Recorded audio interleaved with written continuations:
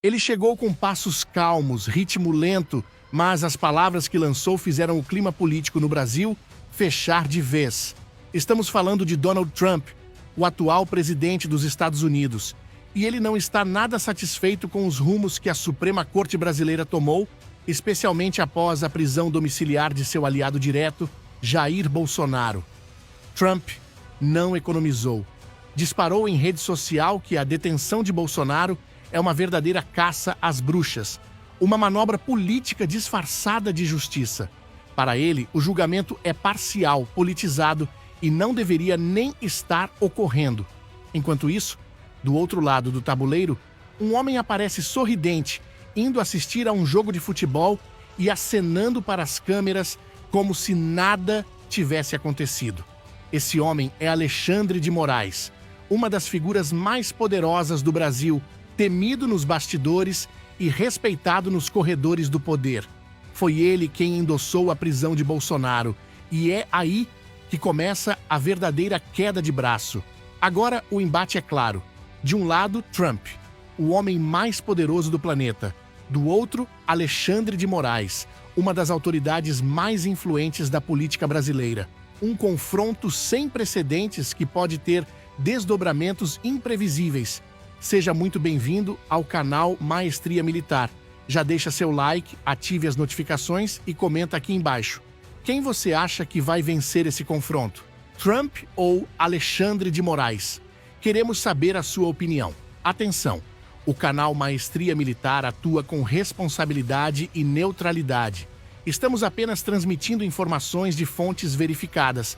O Departamento de Estado dos Estados Unidos reagiu com firmeza à prisão domiciliar imposta ao ex-presidente Jair Bolsonaro, intensificando a pressão contra o Supremo Tribunal Federal Brasileiro. A manifestação oficial partiu do Escritório de Assuntos do Hemisfério Ocidental, o setor responsável pelas relações com países da América Latina, e segue a mesma linha adotada anteriormente pelo governo Trump, que vem criticando abertamente o ministro Alexandre de Moraes e o judiciário brasileiro. No comunicado divulgado pela plataforma X, o órgão norte-americano condena a decisão de Moraes, que impôs prisão domiciliar ao ex-presidente, e afirma que os Estados Unidos responsabilizarão os envolvidos por meio da Lei Magnitsky, legislação que prevê sanções a autoridades estrangeiras acusadas de violações de direitos humanos. O texto ressalta que Alexandre de Moraes, já sancionado pelo governo norte-americano, continua instrumentalizando instituições brasileiras para silenciar a oposição e ameaçar a democracia. O governo Trump exige que Bolsonaro tenha direito à livre expressão e classifica a decisão judicial como um ataque aos princípios fundamentais de um Estado de Direito. Além disso, o comunicado acusa o STF de utilizar medidas abusivas e exige que o ex-presidente possa se manifestar publicamente, sem censura ou restrições arbitrárias. Essa não é a primeira vez que o Departamento de Estado se posiciona de forma dura contra o Supremo. Em julho, os vistos de Moraes e de outros ministros foram cancelados, e a retórica adotada por Washington desde então só tem escalado. Agora, com a ordem de prisão domiciliar decretada no dia 4 de agosto, a crise diplomática atinge um novo patamar. Entre as medidas determinadas pelo STF estão o uso obrigatório de tornozeleira eletrônica por 24 horas por dia, proibição de visitas sem autorização judicial, apreensão de dispositivos eletrônicos e veto a qualquer forma de comunicação pública. A decisão foi motivada por violações de medidas cautelares, incluindo falas políticas transmitidas por terceiros e manifestações públicas feitas por meio de seu filho, Eduardo Bolsonaro. No Rio de Janeiro, mais uma vez, a praia de Copacabana foi o cenário escolhido pela direita para expressar seu posicionamento. Uma multidão se formou ao redor do posto 5. O calçadão, a orla, as faixas de rolamento e até trechos da areia foram tomados por manifestantes vindos de diferentes regiões do estado e de outros cantos do país. Vestidos em sua maioria com camisas da seleção brasileira ou roupas verde e amarelas, muitos levavam faixas, cartazes e bandeiras do Brasil, de Israel e dos Estados Unidos. Estavam todos ali por um motivo comum: demonstrar apoio ao ex-presidente, impedido de comparecer pessoalmente às manifestações por conta das restrições impostas pelo Supremo, incluindo o uso de tornozeleira eletrônica.